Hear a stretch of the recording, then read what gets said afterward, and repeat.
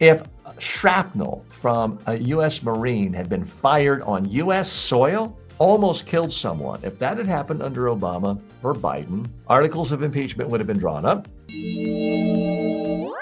According to NBC News, a California Highway Patrol vehicle was struck by shrapnel after United States Marines fired live artillery over Interstate 5 during a 250th anniversary demonstration at Camp Pendleton, an event attended by Vice President J.D. Vance and War Secretary Pete Hegseth. No one was hurt, but the blast ripped through a patrol car's hood and rained debris on the freeway. Governor Gavin Newsom called it, quote, an absurd show of force that could have killed someone. At the same time, CNN aired video of ICE agents in California ramming the truck of Leo Martinez, a U.S. citizen and immigration rights volunteer, before arresting him. He was hospitalized, then detained. Here's the irony. Under President Obama, when a fictional military training exercise called Jade Helm was announced in Texas, conservative media lost its mind for months, screaming about martial law. Now, with real shrapnel hitting highways and ICE trucks ramming citizens, the silence is deafening. It's not about politics, it's about accountability. When power acts recklessly and the media looks away, democracy becomes collateral damage. What's the real message here? Over the weekend, American citizens were attacked by a military force in California. Shrapnel was hitting their cars. Unfortunately, it was an American military outfit doing this. This is an absolute outrage. American citizens are under attack, and it's getting too hard to deny we are essentially living under martial law, and our democracy is ending without a peep from conservative media.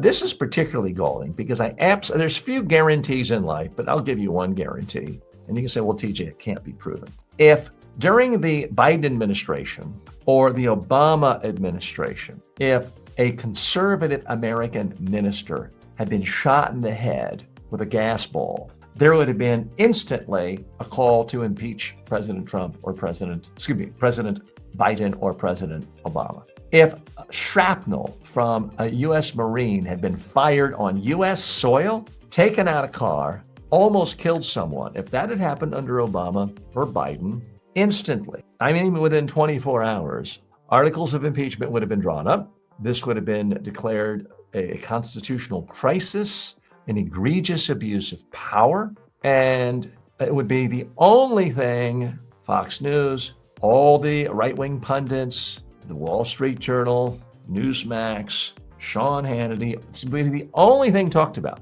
And it would be the only thing every Republican member of Congress would talk about is we have to impeach President Biden or President Obama, attacking Americans on American soil. And yet, with so much going on, this isn't even getting noticed. Certainly the people who seem to care about jackbooted thugs coming to take over or martial law in the past are very silent here because they happen to like the dictator taking over. It's somehow okay. If officials who worked for the Biden administration or Obama administration had rammed a car that had a Trump sticker on the back, slammed an American citizen to the ground and arrested him for someone who had committed no crime, was a U.S. citizen, there would be absolute pandemonium. Again, articles of impeachment would be drawn up, hearings would be held. They'd probably cast the vote for conviction within about 24 hours. But all of this gets absolute no attention from conservative. The mainstream media is kind of burying it because there's so many other constitutional atrocities going on a daily basis. So I don't want to play that game. I want to report news to you and then analyze. Again, I'm not here as a reporter. I'm analyzing news through the lens of communication skills and personal development skills, because I want you to be as successful as you can be. And you can't do that without getting accurate information. Now, everyone has a bias. I have a bias. You have a bias. And if you think you don't have a bias, you're suffering from self-delusion bias. Sorry to tell you that. But some biases are so strong and they pervert our entire culture to the point of skewing and even destroying democracy. Democracy is based on a premise that free information can flow back and forth so that citizens in general can have a shared sense of reality and then make decisions, votes about who should have power running that society. But if all you ever hear is one team is 100% awful and one team is 100% great, you're not getting the full picture. And I'm certainly not here to tell you the Democrats are always great. They have plenty of faults. But right now, other than a few cities, the Democrats aren't running anything in America. So if you're concerned with power and abuses of power,